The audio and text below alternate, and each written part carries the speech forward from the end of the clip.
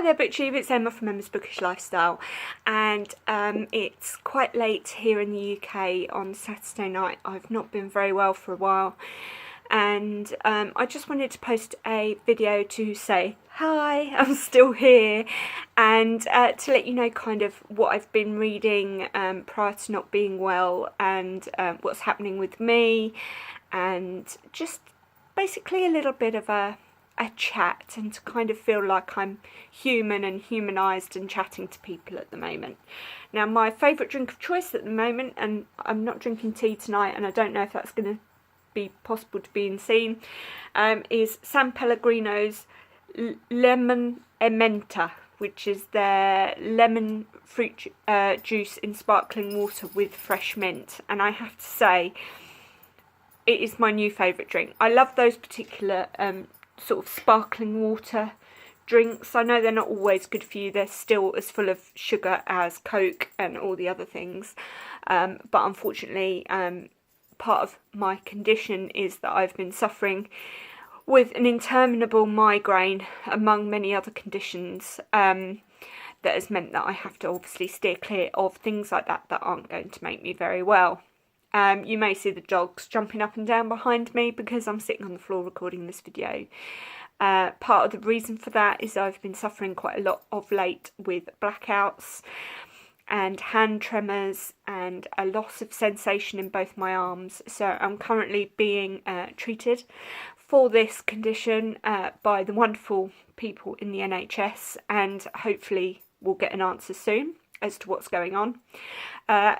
I'm not an angel, that isn't a halo, that is a reflection of the light in my mirror behind me. There is a light fitting, honestly.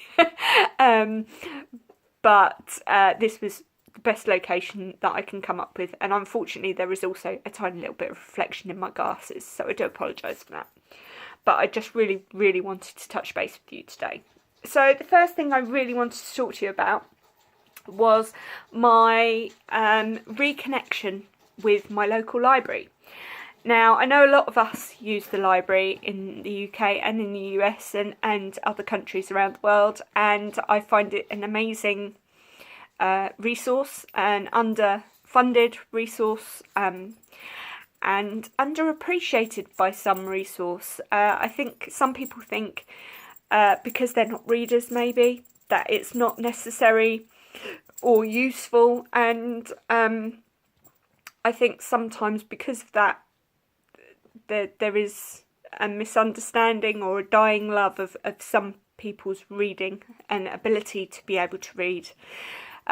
Books obviously for a long time have started to become expensive. I know for a fact, as a booktuber, a new booktuber this year, that my book spending was starting to get very much out of control. I have a number of books on my shelf. If you would like to see my 2 bookshelves, then by all means comment in the comments down below. But I've been sort of spending quite a lot, but also I've been receiving some lovely books requested by the publishers, and that's been lovely too. But it's getting the balance right, isn't it? And I think what I've realised is I'm currently in rental accommodation, and I've recently met a new man in my life who's very special to me. And we're talking about, obviously, our future and the possibility and the ability in the UK to purchase a house. We are an older couple. We've previously been married and had mortgages prior to that, and unfortunately financial circumstances have meant that we've not been able to get back on the housing market for whatever reason. And you know, part of the ability to do that now, especially in the UK, no matter what age you are, is having a reasonable sized deposit to be able to get the adequate support from a bank in the form of a mortgage to purchase. Rental prices in the UK are extremely high. I'm not actually in London. I know in London and places like Birmingham and Liverpool and some of the bigger cities, Edinburgh, places like that in the UK, they're quite expensive. where I am, I'm actually on a commuter belt into London because I'm in Hertfordshire, and equally so, both rental and purchase prices are quite ridiculously expensive in my opinion, almost nigh on impossible for anybody to be able to purchase. So, rant over on that. So part of my reason for reinvigorating my love of the library is twofold. First of which is I have a beautiful young little 9-year-old girl in my life, and she is a reader, and it's something we share, it's something that we have in common, it's a love we have in common, and it's something that we now do together. So every Saturday morning is library day, and we go into the library and we have a look around, and I'm very proud to say that she completed her Animal Agents Summer Challenge this summer and read 6 books. She was very good and very quick. She read pretty much 4 of the books in the first 2 weeks of the summer holidays. She is a massive fan of Tom Gates, and she's also a fan of David Walliams' books. But if you ask her, the main one she just will read time and time again, and if she can't find anything else she likes in the library, she will always go to Tom Gates. But as part of this sort of little routine, obviously it's got me into a routine with going to the library and seeing what's there, and having the kind of almost the ability of a bookshop, but not necessarily with too much choice. I'm quite lucky. I have a very bonny little library in Buntingford where I live, and it is, you know, reasonably well stocked. They are very good. The ladies are very helpful. They have got the automated machines, which came as a bit of a shock to me. I was used to the good old-fashioned go in with your card and give it to the lady and she'd stamp the book and give it back to you. And now, obviously, it's all wonderful. You put it in a little sort of postal slot and show your barcode, and, you know, the wonderful technology of being able to get ebooks and also pre-order books to your library that may not be available in your library from other branches to your branch using their app. And yeah, just completely and utterly reinvigorated my love of it. The only bugbear I do have is that in my particular branch, because it's a large county library rather than a council library, it cost me 70p to have to request a book. Now, I see it as part of my sort of charitable donations because it keeps obviously the libraries running, and it keeps its staff being paid for, because obviously they're not all volunteers, and I believe it's a worthwhile resource for young children and as a place to do sort of read-alongs and events, reading events for children and sort of book groups, that kind of thing. So I suppose it's a small price to pay, but initially I did question, you know, whether something that is actually technically a council resource that we cover by our council tax should be charged for. The one thing I will say, however, is if you ask them to buy a book in, they charge you £4.50. Now, if I'm brutally honest, I will never ever do that through the library, and part of my reason for that is, apart from the fact that my library charges £4.50 per book, is that 9 times out of 10, if that's the case, I can usually get that book on an e-reader. I'm not going to promote any in particular, but an e-reader, and get it at about the same price, and I get to keep it then. So if I want to read it time and time again, I can do. Sometimes you can get the actual book on special offers. Sometimes in sort of book deals, so like the book people every year do the Man Booker Shortlist book deals. So that's a function I probably won't be using. But anyway, going back to my library adventures, and I'm going to make this my first video. There will be several because hoping this wasn't going to be too long, but I think the others are going to have to go into another video. One of the first books that I got from there was Robin Hobb's Assassin's Apprentice. Sorry for the itch, I've got a surprise coming. No, I've also got a bit of a cold, so it's another part of this thing that I've got going on. And what I loved about Robin Hobb's Assassin's Apprentice was I'd heard so much about it. It's all over BookTube. A lot of the sci-fi and fantasy readers adore that series of books.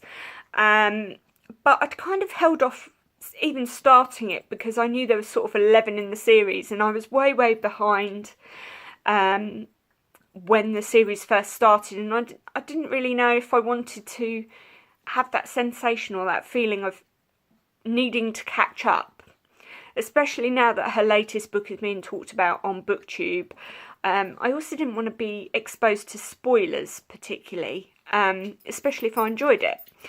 But what happened was I had a conversation with Victoria from Eve's Alexandria, and she wanted to read the trilogy, and she'd read the first two but not read the third one, and I hadn't read any, so I said, let's read them together. I got it out of the library primarily because I bought the trilogy on my e-reader. The e-reader was deceptive in its percentages and in its pages, and it accumulated all three books into one total. So it didn't feel like you were getting anywhere. When I got it from the library as a, a functioning book, that isn't the book, but as a functioning book, I found it so much easier. I was really struggling with it. I'll be brutally honest with you. I was like, oh, the world building is going on forever. The only character I really like at the moment is Fitz, but he's a 5-year-old boy. How much can a 5-year-old boy take up this whole story? When I switched to the book, completely changed. Sometimes these things happen, and I just completely got engrossed in it. Unfortunately, I was still going through a bit of a book slump, so it took me a while to read it, but I loved it when I was reading it. Every time I picked it up, even if I was only picking it up for 10 pages, 15 pages, I was reading it, and I was completely absorbed into the world. And by the end of it, it was a 4-star read, I believe. Yes, it was very typical fantasy in that some of it was long-winded descriptive passages, which, especially when you're reading in a reading slump, can be a bit hard to take. But the characters and the world building itself were phenomenal. The writing was amazing. The characters were fantastic. I had some real favourites. Fitz, most definitely, which obviously I think most people who've read the series anywhere near have fallen in love with him. And Beric and Verity were two very strong characters that I liked. And I also liked some of the sort of the side characters with the animals and some of the smaller sort of side characters that I'm hoping will come into fruition a bit more later in the books. So ended up being a really good idea to go to my library, and actually got me through that book and got me out the other end, and I don't have a reading slump anymore, and I'm a very happy bunny.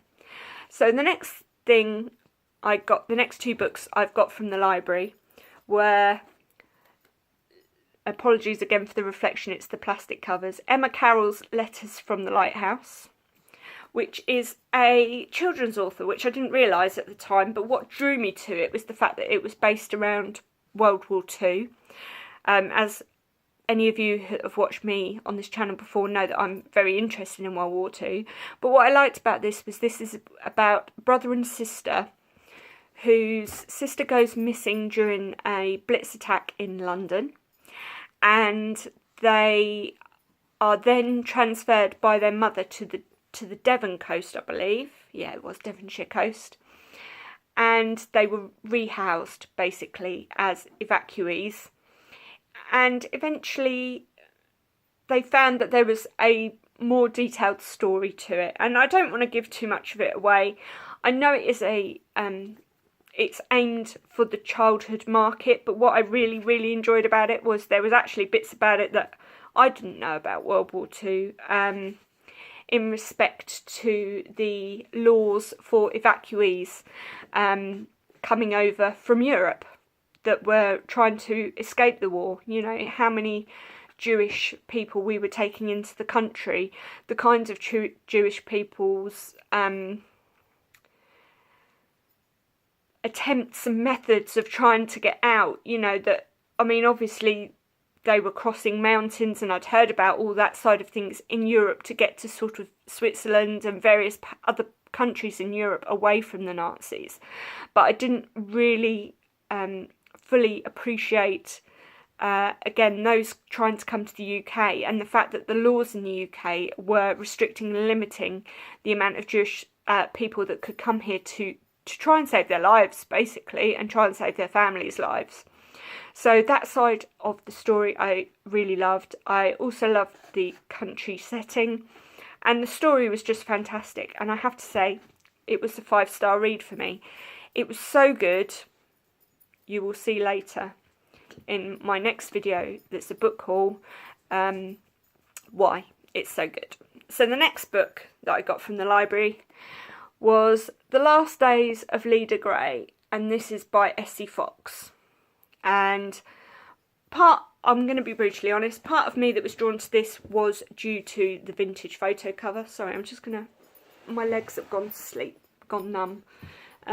They keep doing that, so I have to change position. And also, part of the reason why I got it from the library rather than from anywhere else was I'd heard mixed reviews. Some were really good, some were meh. And I thought, well, I'm not going to buy a book if it's meh.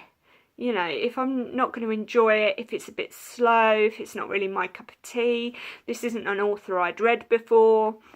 But then also I'd heard, I think it was some reviews from like Simon at Savage Reads and other people, and they weren't necessarily negative, but they weren't glowing either. And also I'd heard some glowing reviews, so I thought I wanted to check it out for myself. Now, this is basically almost like a literary thriller based on the history of a silent movie star who then becomes a recluse. And basically, quite a few years down the line, her brother sells a photo of her to a journalist who's just gone through some personal experiences, and decides to look into this and to go to the property and meet her.